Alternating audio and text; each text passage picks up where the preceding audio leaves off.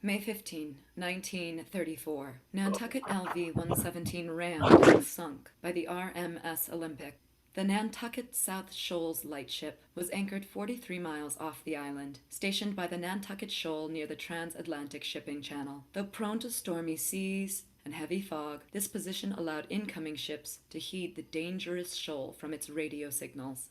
The depth of the ocean decreased dramatically in this area, and many ships would run aground and be wrecked by pounding waves. The Nantucket was built to endure these treacherous conditions. She was a 135-foot vessel constructed in 1929 to 1930 that went into service in 1931, and the finest and most up-to-date of any light vessel yet built. On the morning of May 15, 1934, the Nantucket was on her mooring just outside the shoal. Not far from her location, the massive White Star liner Olympic, sister ship of the Titanic, was following the lightship's radio signal and under reduced speed was heading directly toward her. There was a heavy fog that blanketed the area around Nantucket Shoal that day. In order to avoid collision with the lightship, the captain and crew of the Olympic had intended to change course. However, due to a grave miscalculation and riding the radio beam too closely, around 11 o'clock that morning, the Olympic hit the Nantucket lightship, essentially running the vessel over.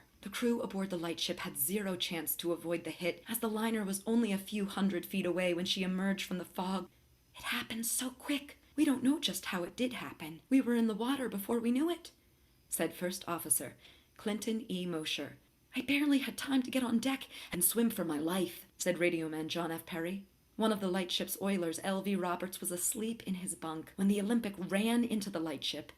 "It really is a mystery that I came up so suddenly," he said. But those who were down below were like rats in a trap with no chance whatsoever. A lightship stationed as a safeguard was herself cut down and sent to the bottom by one of the very craft she was there to protect. The Olympic was nearly 75 times the size and tonnage of the Nantucket lightship. She cut through the lightship in seconds, breaking the vessel in two, and within a minute or two, Nantucket had sunk to the bottom of the sea. The captain of the Olympic ordered his crew to drop the lifeboats and assist the survivors. 7 of the 11 crew members were rescued and brought to the safety of the liner's decks. Not long after, 3 members of the lightship's crew had died.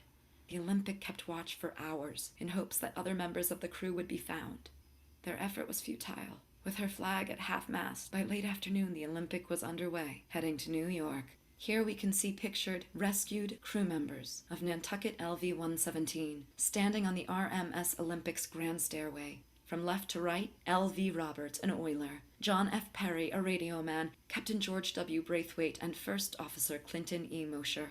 7 of the crew members perished. 4 of them went down with the LV-117 wreckage and were never recovered. To this day, the LV-117 wreck still lies in 200 feet of water. In the aftermath of the tragedy, new features were incorporated into the construction of lightships, and construction of the Nantucket LV-112 was well underway by March of 1936. When launched, she was the largest lightship that had ever been built in the United States, and she was paid for by the owners of the White Star Line. LV-112 was decommissioned in 1975. Today, LV-112 is a National Historic Landmark and operates out of East Boston.